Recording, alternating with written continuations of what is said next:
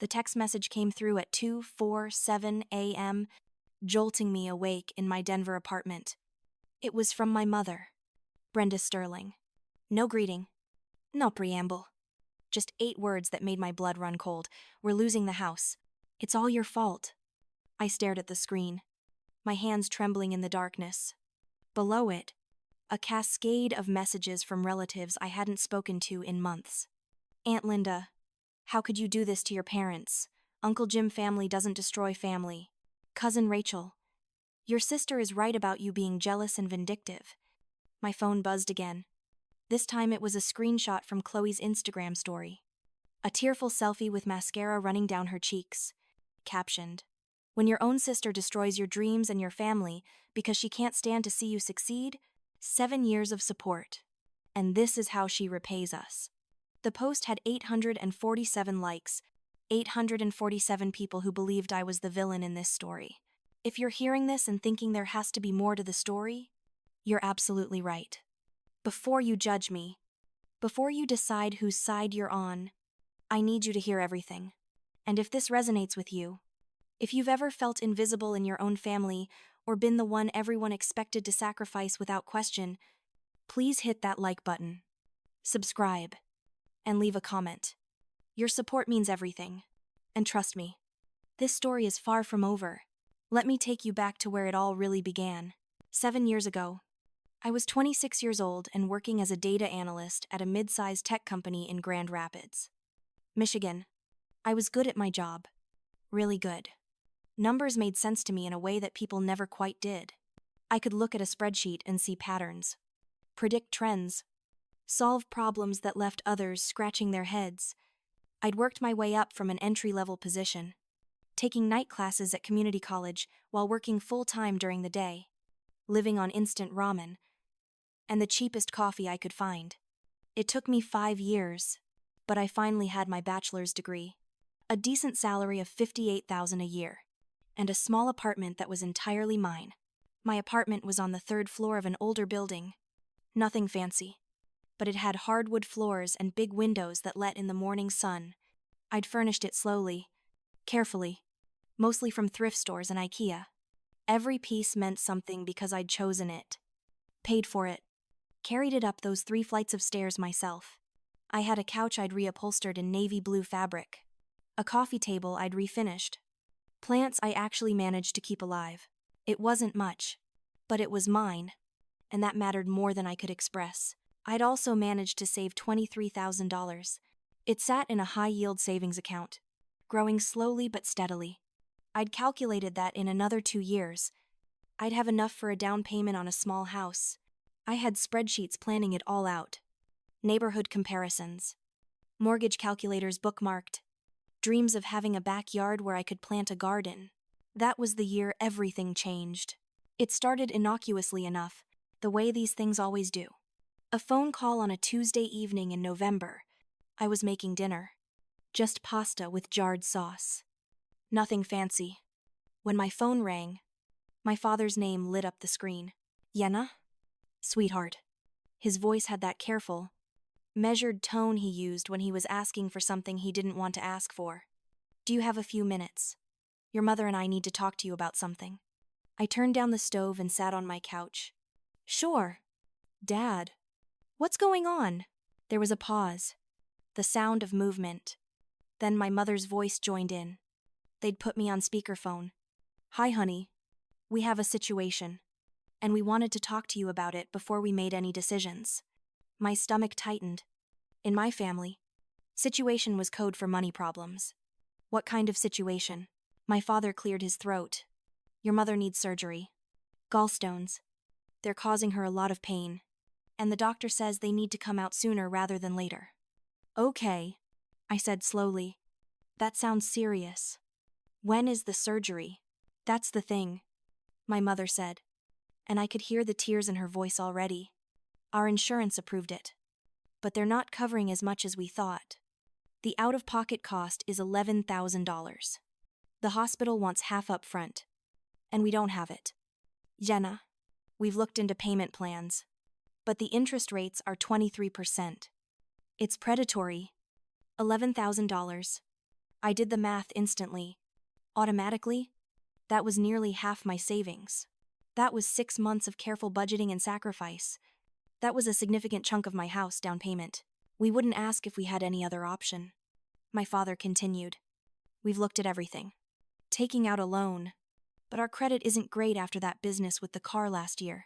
We called around to family. But everyone's stretched thin.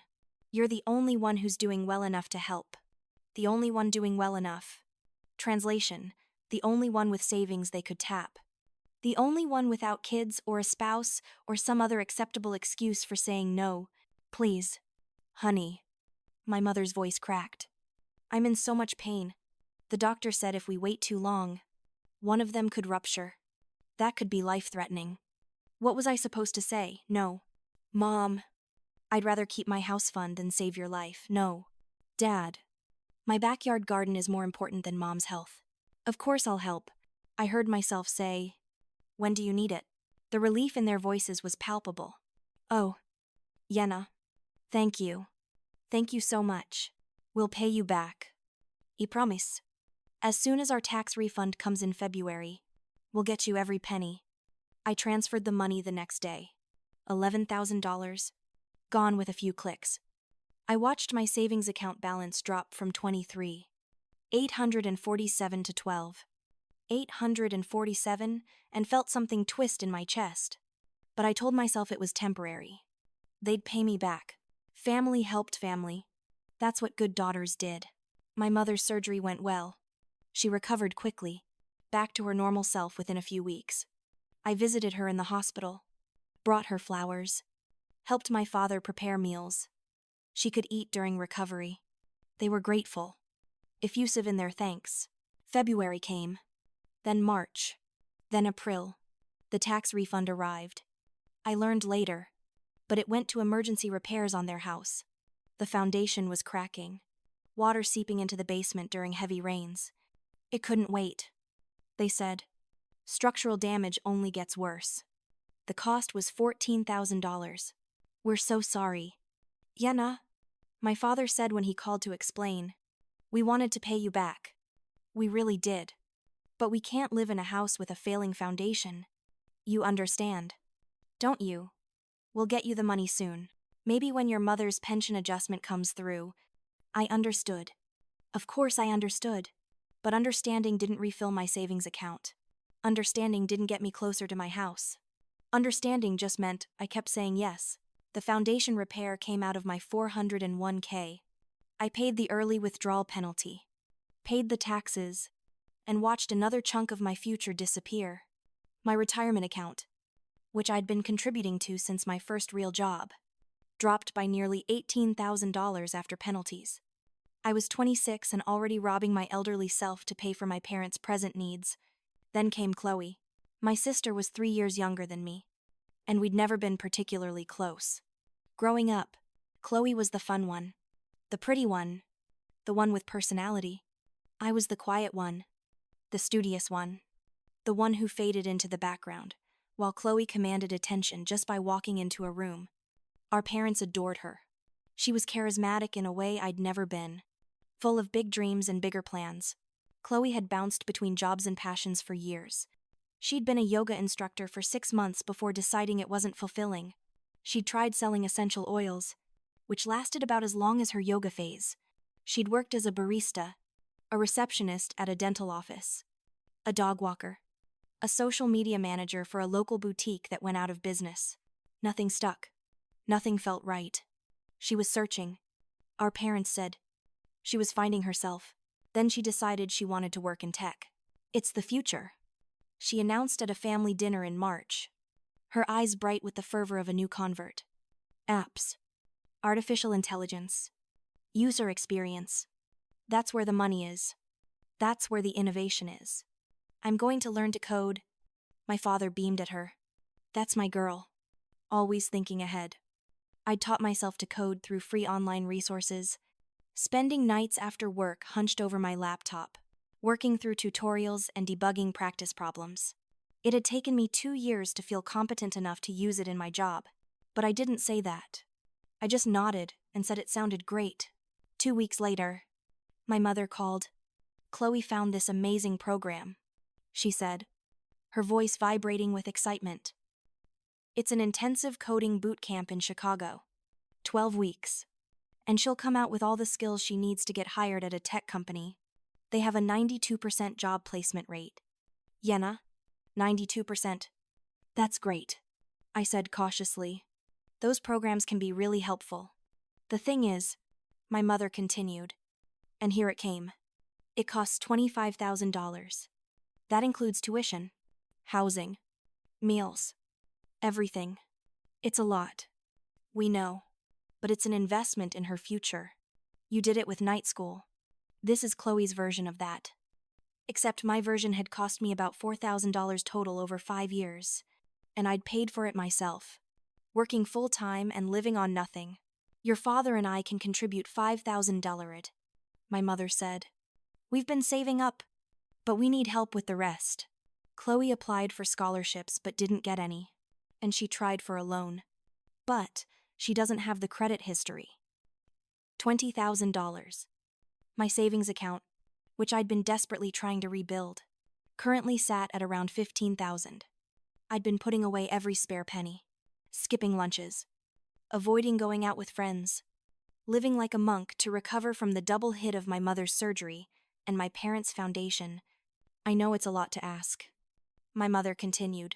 But Jenna, you know how hard it is for young people these days. Chloe needs a real skill. Something marketable. You have that. You've made something of yourself. Can't you help your sister have the same chance? There it was. The implied comparison. I'd made it because I'd had opportunities. Chloe deserved opportunities too. And I was the one who could provide them. She's your sister, my father added. He'd picked up another phone. Family takes care of family. When you needed help with your college applications, we were there. When you needed a place to live after your roommate bailed, we took you in. Now Chloe needs help. Isn't that what we do? The guilt settled over me like a heavy blanket. They were right, weren't they? They had helped me. I did have stable employment. I was doing okay. And Chloe was family. I don't have $20,000 in savings, I said slowly. I'd have to take out a loan. We'll all pay it back together, my father promised. Your mother and I will contribute what we can each month. And once Chloe gets a job, she'll pay you back too. This isn't forever, Jenna. It's just until she gets on her feet. I took out a personal loan. The interest rate was 14%, significantly better than the credit card alternative, but still enough to make me feel sick every time I thought about it. $20,000 at 14% over 5 years meant I'd pay nearly $32,000 total. That was a year's rent. That was a reliable used car. That was my house fund, now converted into debt. But Chloe got into the boot camp. She was ecstatic, posting photos on Instagram of her acceptance packet, talking about how this was going to change her life. My parents were so proud. At the family dinner celebrating her acceptance, Chloe hugged me tight and whispered, "Thank you, Jenna. I'm going to make you proud. I'm going to build something amazing and pay you back triple. I promise." I wanted to believe her.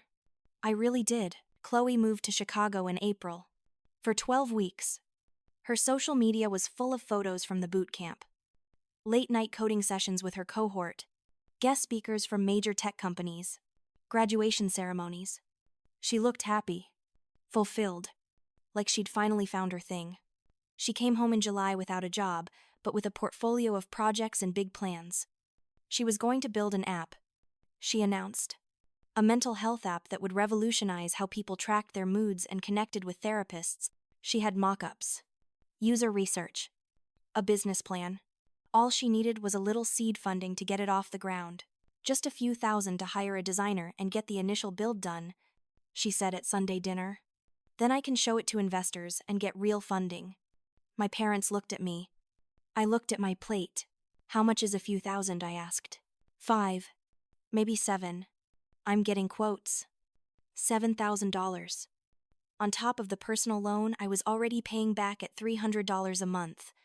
On top of the money I'd given my parents that had never been repaid. I can't, I said. Chloe, I'm sorry, but I'm still paying back the loan for your boot camp. I don't have it. The mood at the table shifted. My mother's face fell. My father's expression hardened. Chloe looked like I'd slapped her.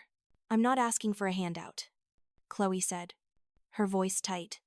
"This is an investment. When the app takes off, you'll get everything back and more."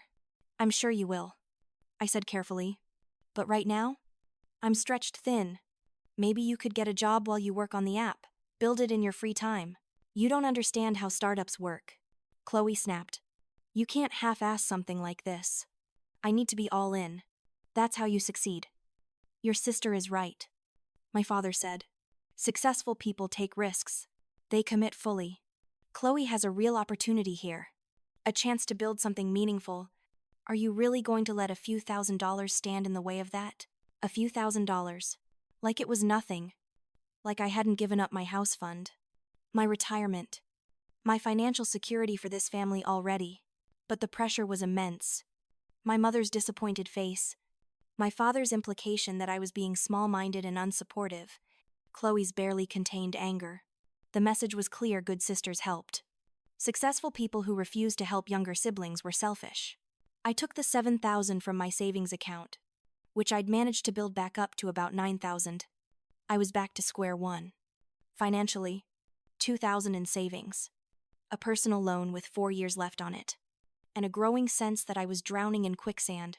Chloe's app never launched. The designer she hired took the money and disappeared after delivering subpar mock-ups. Chloe tried to find another designer, but that required more money. $3,000 this time. Then she needed a developer because she couldn't build the back end herself despite the bootcamp. Another $5,000. Then marketing materials. $2,000. A launch event at a local co-working space. $1,000. Each request came through my parents. They'd call me together on speakerphone, presenting Chloe's case like lawyers making an argument. They'd explain how close she was to a breakthrough, how this was just one more hurdle, how startups always required more capital than anticipated. Sometimes Chloe would be on the call too, her voice strained with stress, explaining her vision, begging me to believe in her just a little longer. And I said yes. Every time. Not because I believed the app would succeed. By the second failed launch attempt, I knew it wouldn't. But because saying no meant being the person who gave up on family. It meant being selfish, unsupportive, jealous even. My mother actually used that word once. Jealous. Suggesting that maybe I was uncomfortable with Chloe's ambition because it highlighted my own lack thereof. I worked overtime to cover the requests. I picked up freelance data analysis projects on weekends. I stopped buying new clothes. Stopped going out. Stopped doing anything that cost money. My life became a cycle of work, sleep, and transferring money to my family. Meanwhile, Chloe's social media painted a different picture. Photos at networking events, coffee meetings with potential investors, inspirational quotes about entrepreneurship and persistence. She looked successful, looked like she was living her dream. And maybe she was. On my dime, the years blurred together. I turned 27, then 28, then 29. My coworkers got married, bought houses, had babies, took vacations to Europe and Asia. I stayed in my same small apartment with the same thrift store furniture, watching my life stay frozen while theirs moved forward. There were other requests. Always other requests. My father's car transmission failed. $4,000. They couldn't afford the repair, couldn't afford a new car. And my father needed transportation to his part-time job at the hardware store. I paid for it. And he drove that car for another 3 years without ever mentioning paying me back. The roof started leaking. $8,000 for repairs. My parents' homeowner's insurance had lapsed due to a missed payment, so it wasn't covered. I pulled from my 401k again, took another penalty hit, and watched my retirement fund shrink even further. My mother's dental work wasn't fully covered. $6,000 for crowns and root canals. She needed it done, she said, because the pain was affecting her quality of life. I paid. Of course I paid. Chloe needed to attend a networking conference in San Francisco. $2,000 for the ticket, hotel, and expenses. This was where she'd meet the real investors. She promised. The ones who actually had money to invest. I paid for that too. And through it all, My parents told me how proud they were of me, how responsible I was, how lucky they were to have such a stable, dependable daughter. They just didn't seem to connect that my stability came from sacrifice, that my dependability meant I was the one everyone depended on, that my responsibility was draining me dry. I kept a spreadsheet, quietly, privately, every transfer, every check, every loan payment I made on someone else's behalf. The numbers grew terrifying. By the time I turned 30, I'd given my family over $70,000. Not lent, given, because no one had paid back a single penny. Then came the job offer that should have changed everything. I was 31, still at the same company in Grand Rapids, when a recruiter reached out about a position in Denver, senior data analyst at a rapidly growing tech firm. The salary was $88,000, $30,000 more than I was making. The benefits were incredible. The work was exactly what I wanted to be doing. I flew out for an interview on my own dime, since I couldn't risk my current employer finding out I was looking. Denver was beautiful. The mountains, the clean air, the energy of the city. I fell in love with it immediately. The interview went perfectly. They offered me the job the next day.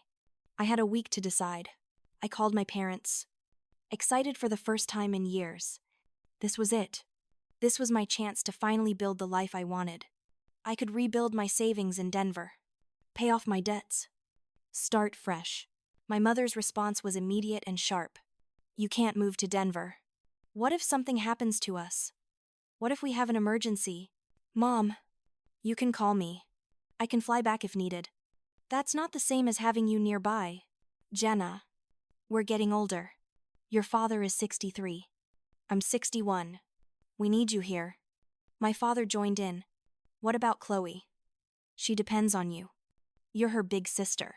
You can't just abandon her when she's so close to making her app work. I've been helping Chloe for years, I said, trying to keep my voice level. At some point, she needs to figure it out on her own. That's a very selfish attitude. My mother said, her voice cold. Family takes care of family. We were here for you when you needed us. Now we need you here. The guilt was crushing.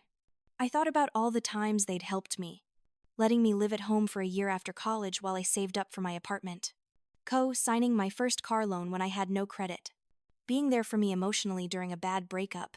But I also thought about the $70,000, the opportunities I'd given up, the life I'd deferred and deferred and deferred. In the end, I turned down the Denver job. I told myself I'd have other opportunities. I told myself family was more important than money. I told myself I was doing the right thing. But something broke inside me that day. Something fundamental shifted. I started to see my family differently. See the patterns I'd been blind to for years. The way they only called when they needed something. The way my accomplishments were glossed over while Chloe's ideas were celebrated. The way I was valued for my wallet, not my worth. I became quieter at family dinners. I stopped sharing details about my work or my life. I showed up because that's what was expected. But I wasn't really present anymore. I was there in body but absent in spirit. Watching from a distance, as they performed the roles they'd always played, the proud parents, the struggling but brilliant younger sister, and me, the reliable cash machine they barely saw as human. Then came that Sunday dinner in October, 7 years after my mother's surgery. 7 years of giving and giving and giving until I had nothing left. I was running late, stuck at the office finishing a project that my boss had dumped on me Friday afternoon and needed Monday morning. I was exhausted, my shoulders tight with stress that never seemed to leave anymore. I'd stopped at the grocery store on the way to pick up the wine my mother had specifically requested. A $30 bottle of Merlot she liked from a boutique winery. When I pulled into my parents' driveway, Chloe's car was already there, as was Blake's truck. Blake was Chloe's boyfriend of 2 years. A personal trainer with arms covered in tribal tattoos and a tendency to quote entrepreneurship podcasts as if they were scripture. He worshipped Clue, thought her app ideas were genius, and generally enabled her worst tendencies. I walked into the house carrying the wine and a fake smile. The smell of pot roast filled the air. And for a moment I was transported back to childhood Sunday dinners when things felt simpler, safer. Before I became the family ATM. Sorry I'm late, I said, setting the wine on the kitchen counter. Work ran long. My mother barely looked up from arranging dinner rolls in a basket. That's fine. Dear, Chloe was just telling us about her new app idea. It sounds incredible. Come sit down. I sat at the dining table where I'd sat thousands of times before. Chloe was already there, phone in hand, typing furiously. Her face illuminated by the blue glow of her screen. She barely acknowledged me beyond a quick hey before returning to her phone. Blake was animated, gesturing as he talked to my father about some new workout supplement that was changing the game in fitness. My father nodded along, occasionally glancing at the TV in the living room where a football game played on mute. We sat down to eat. The pot roast was dry. As always, my mother had never quite mastered cooking meat without overcooking it. But no one mentioned it. It was just understood that Sunday pot roast would be tough and you'd cover it with enough gravy to make it edible. So, Yenna, my father said, cutting into his meat. How's work going? Still doing the data thing. 7 years at the same company. 3 promotions. And he still couldn't describe what I did beyond the data thing. It's going well, I said. I actually just landed a major client for the firm, a healthcare network that wants us to analyze their operational efficiency. It's a 6-month project worth about $500,000 to the company. That's nice, my mother said absently, passing the green beans to Blake. Chloe, tell your sister about the new app. And just like that, my professional achievement was dismissed. Not congratulations. Not questions about the project. Just that's nice, before pivoting to Chloe. Chloe set down her phone. Finally. And launched into her pitch. She'd been working on it all week. I could tell. The enthusiasm was rehearsed. The talking points polished. It's called Mindspace, she said, her eyes bright. It's a mental health tracking app that uses AI to analyze your mood patterns and provide personalized coping strategies. But here's the revolutionary part. It connects you directly with licensed therapists through the app. No waiting weeks for appointments. No awkward phone calls. Just instant access to mental health support. My father was nodding enthusiastically. That's brilliant. Absolutely brilliant. There are already apps that do that, I said quietly. Chloe shot me a look. Not like this. This is different. The AI component is sophisticated. It learns your patterns, predicts when you might have a bad day, and proactively suggests interventions. There are apps that do that too, I said. Woebot. Visa. Several others. Yenna, don't be negative. My mother chided. Let your sister share her vision. I took a sip of water and said nothing. There was no point. They believed in Chloe's vision because they wanted to, not because it was viable. The best part, Chloe continued, ignoring me completely now, is that I have meetings scheduled with real investors. Not like before. These are serious people from Silicon Valley. People who've backed companies that went public. Blake jumped in, unable to contain his excitement. She's been talking to this guy who invested in one of the unicorns. You know, companies worth over $1 billion. He's really interested in Mindspace. My father beamed. That's my girl. I always knew you'd make it big. I pushed pot roast around my plate, calculating how much longer I needed to stay before I could politely excuse myself. Another hour. Maybe 2 at most. Then my father set down his fork, and the air in the room changed. There was a shift in his posture, a seriousness that made everyone pay attention. Your mother and I have been talking, he said, glancing at Brenda, who nodded encouragingly. We've made a decision about the house. I looked up, suddenly alert. They'd been talking for months about downsizing. The house was too big for just the 2 of them. The maintenance too much. I'd assumed they were planning to move into a smaller place. Maybe a condo. We're selling, my father announced. We've already talked to Diane Morrison, that realtor from church. She thinks we can get around $400,000 for it. Maybe more given the market right now. It's a good time to sell. $400,000. I felt a pang at that. This was my childhood home. The place where I'd learned to ride a bike. Where I'd studied for finals. Where I'd cried over my first breakup. But I understood. They were getting older. It made sense to downsize. Where are you going to move? I asked. We're looking at some apartments over by the river, my mother said. Smaller, easier to maintain, no more yard work. No more worrying about the roof or the foundation. That made sense. I felt a wave of relief. Actually, maybe this was good. Maybe downsizing would relieve their financial pressure, and I could finally stop being their safety net. Then my father spoke again, and the world tilted. We've decided to give the proceeds to Chloe. I stared at him. What? Not all of it, he clarified. We'll keep about $50,000 for the new place and emergencies, but the rest, about $200,000, we're giving to Chloe. For her app, the investors she's talking to want to see that she has skin in the game. Real capital commitment. This is her chance. Jenna. Her chance to really make something of herself. The words came at me like blows. $200,000. To Chloe. For another app that would inevitably fail like all the others. This is her shot, my mother added, her voice trembling with emotion. We've always wanted to help our children succeed. We couldn't do much for you, but you figured it out on your own. You've always been so capable. Chloe needs more support, and now we're in a position to give it to her. The room felt like it was spinning. I gripped the edge of the table, trying to ground myself in something solid. 7 years. $93,000 that I'd calculated just last week. $93,417, to be exact.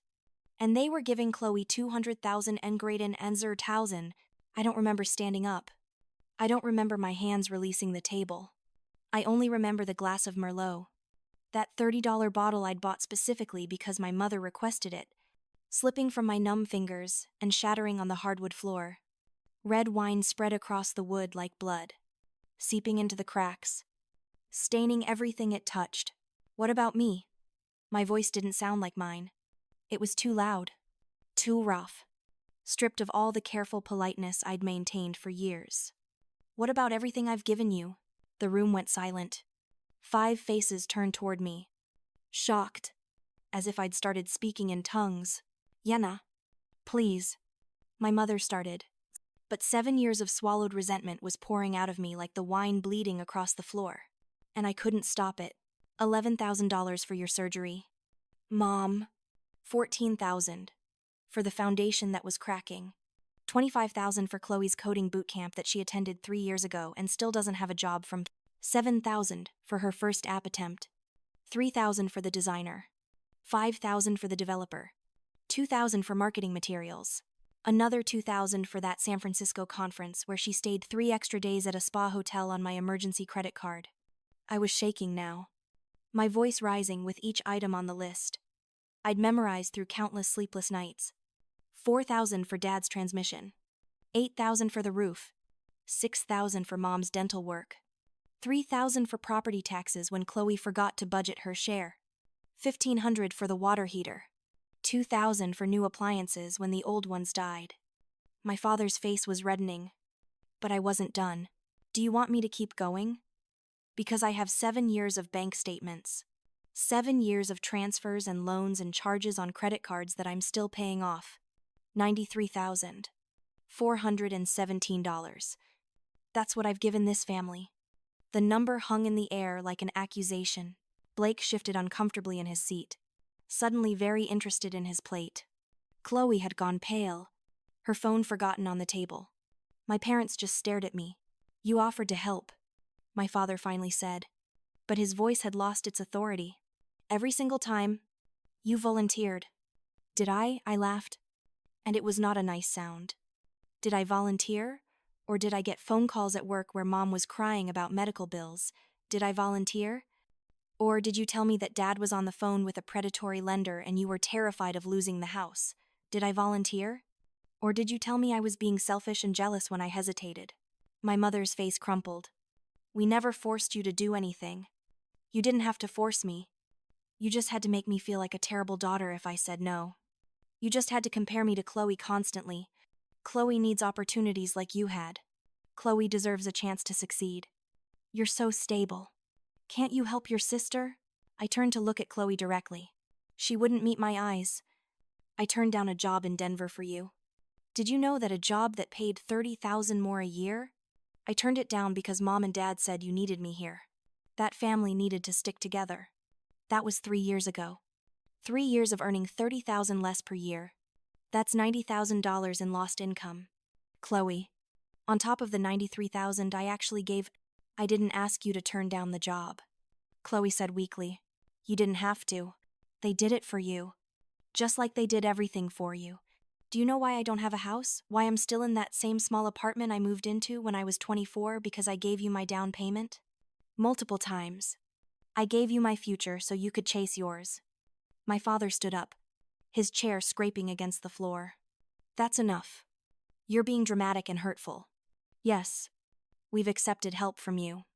And we're grateful. But you've done well for yourself. You have a good job. A nice apartment. No dependents. You're fine. Chloe is at a crucial point in her life. She needs this opportunity. I needed opportunities too. I was shouting now. Something I never did. I needed to buy a house. I needed to save for retirement. I needed to have a life. But every time I tried to build something for myself, there was another emergency. Another crisis. Another one of Chloe's dreams that needed funding. Your sister has been trying to build something meaningful, my mother said, tears streaming down her face now. She's been working so hard on this app. The investors are real this time. Yena? This could change her life. Could it? I pulled out my phone, hands shaking so badly, I almost dropped it. Because I spent the last week doing something I should have done years ago. I researched. I called those Silicon Valley investors Chloe keeps talking about. Chloe's face went white. You want to know what I found out, Summit Ventures? That firm Chloe mentioned, they've never heard of her. Neither has Cascade Capital. Neither has Redwood Investment Group. I called 6 different firms she named dropped in her Instagram posts. 6. Not a single one has her on their calendar. Not a single one has heard of Mindspace. The silence was deafening. You're lying, Chloe said. But her voice shook. Am I then call them right now? Put them on speaker. Let's hear all about these meetings you have scheduled. Chloe grabbed her phone but didn't dial. She just sat there, trapped. Her face flushed with shame and anger. There are no investors, I said, my voice dropping to something cold and flat. There never were. This is just another fantasy. Another idea that you'll abandon when it gets hard. And Mom and Dad were about to give you $200,000 for it. How dare you? My father's voice was shaking with rage. How dare you sabotage your sister's opportunities out of jealousy? Jealousy. I stared at him. You think this is jealousy? I'm trying to save you from making a catastrophic mistake. Chloe has never finished a single project. Not one. Every app. Every business idea. Every venture has failed within months. And you want to give her $200,000? That's because she's never had proper funding before. Brindargid. She's been working with scraps, trying to bootstrap everything. With real capital, she can actually build something sustainable. She's had nearly $100,000 from me. How is that scraps? You made loans, Chloe snapped. Finding her voice, you held it over my head like I owed you something. You do owe me something. You owe me $93,000. Plus interest. Since I paid interest on loans I took out for you. See, Chloe turned to our parents, her eyes filling with tears. This is what she does. She throws money around and then uses it as leverage. I never asked her to be some kind of martyr. Something snapped inside me. 7 years of swallowing anger. 7 years of being the responsible one. 7 years of sacrificing while being treated like an obligation rather than a person. It all came crashing down. You didn't have to ask. You just had to exist. And they'd volunteer my money for you. Every single time, they'd call me with your latest crisis. Your latest dream. Your latest need. And I was supposed to say yes, because that's what family does. I looked at my parents. Really looked at them. Do you know what I've given up for this family? I could have bought a house by now. A real house with a yard. I could have saved for retirement. I could have dated someone seriously, without them getting tired of canceling plans because of your emergencies. I could have taken a vacation. Any vacation? Somewhere other than 3 days visiting you. because that's all I could afford after paying for everyone else's lives.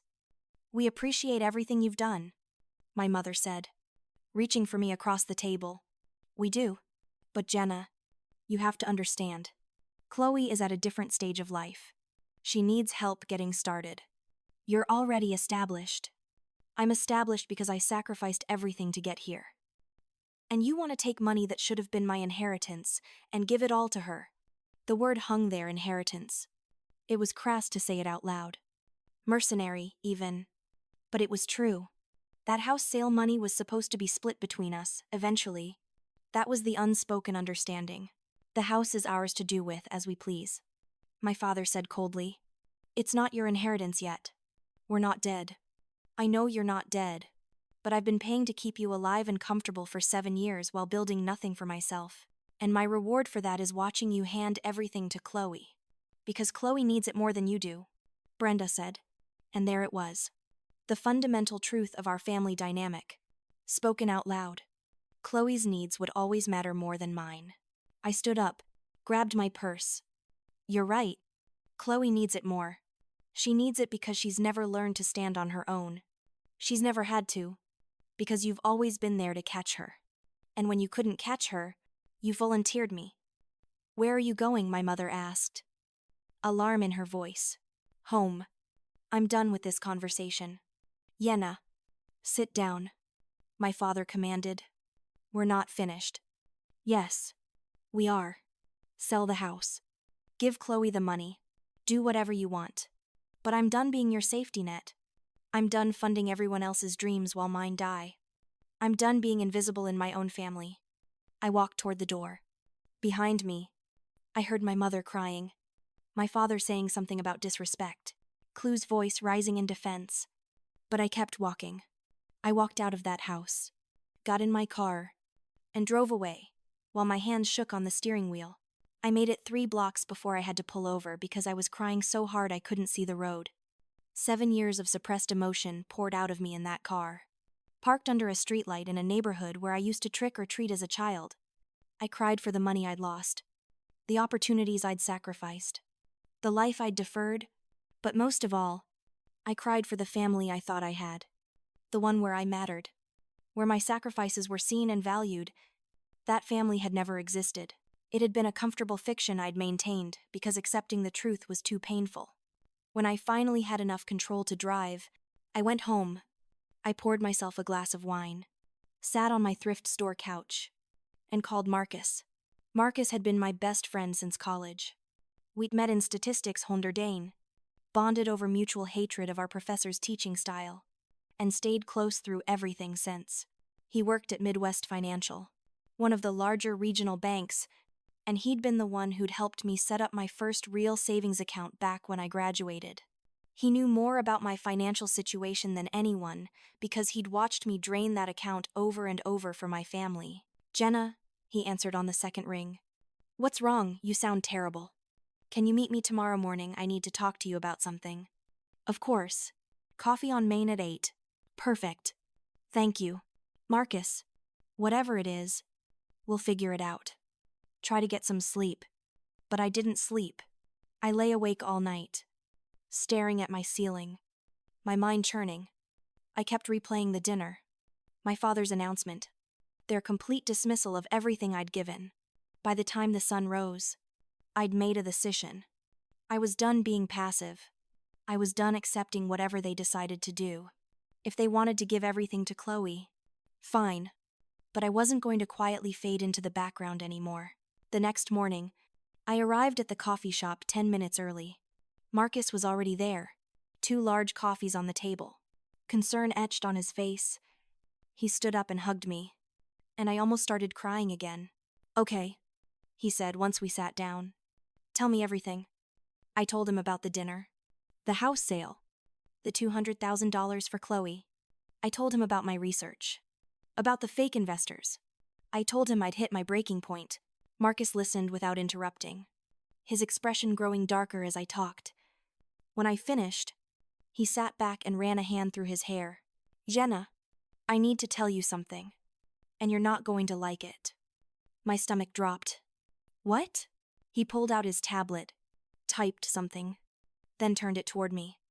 I ran a routine credit check on property in the area last week. It's part of my job, monitoring local real estate trends, making sure our loans are performing. Your parents' address came up. I looked at the screen.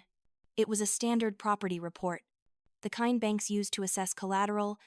Everything looked normal at first: the property value, the ownership history, the municipal records. Then Marcus scrolled down to the liens and encumbrances section, and my blood went cold. There, listed with a date from 3 weeks ago, was a home equity loan. $70,000 from Midwest Financial, secured against my parents' house. The signatures on the digital documents were Arthur Sterling and Brenda Sterling. I don't understand, I said slowly, though dread was already pooling in my stomach. They never mentioned taking out a loan. Marcus's expression was grim. That's what worried me. So I looked closer. Look at the signatures. Yenna, really look at them. He zoomed in on the scanned signature pages. My father's signature was there. But something was wrong. Arthur's real signature had a distinctive flourish on the capital A, a habit from years of signing inspection reports at the automotive plant. He'd always been proud of that signature, practiced and deliberate. This signature was missing that flourish. It was close, but not quite right. My mother's signature was even more obviously wrong. Brenda's actual signature was a hasty scrawl. Years of signing, permission slips and report cards, leaving her with barely legible handwriting. But this signature was too neat, too carefully formed, like someone had been looking at a sample and copying it slowly. These aren't their signatures, I whispered. No, Marcus said quietly. They're not. And Jenna, I checked the disbursement records. The money was transferred 22 days ago directly into an account registered to Chloe's business name, Mindspace Innovations, LLC. The coffee shop seemed to tilt around me. Chloe forged their signatures.